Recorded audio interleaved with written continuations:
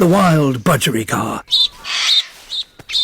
And that has evidently caused a few domestic arguments.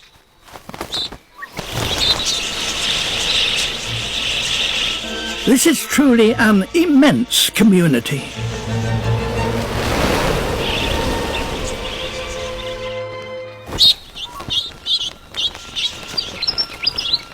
A hawk, and one that eats budgies.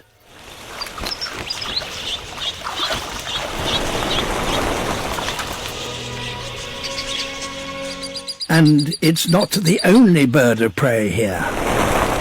The budgies have a simple but very effective defence. They all take to the wing at once.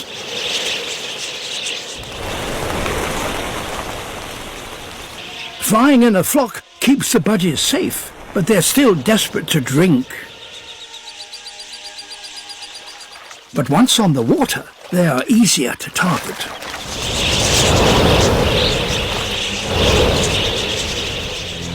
The last ones to leave will be the ones in most danger.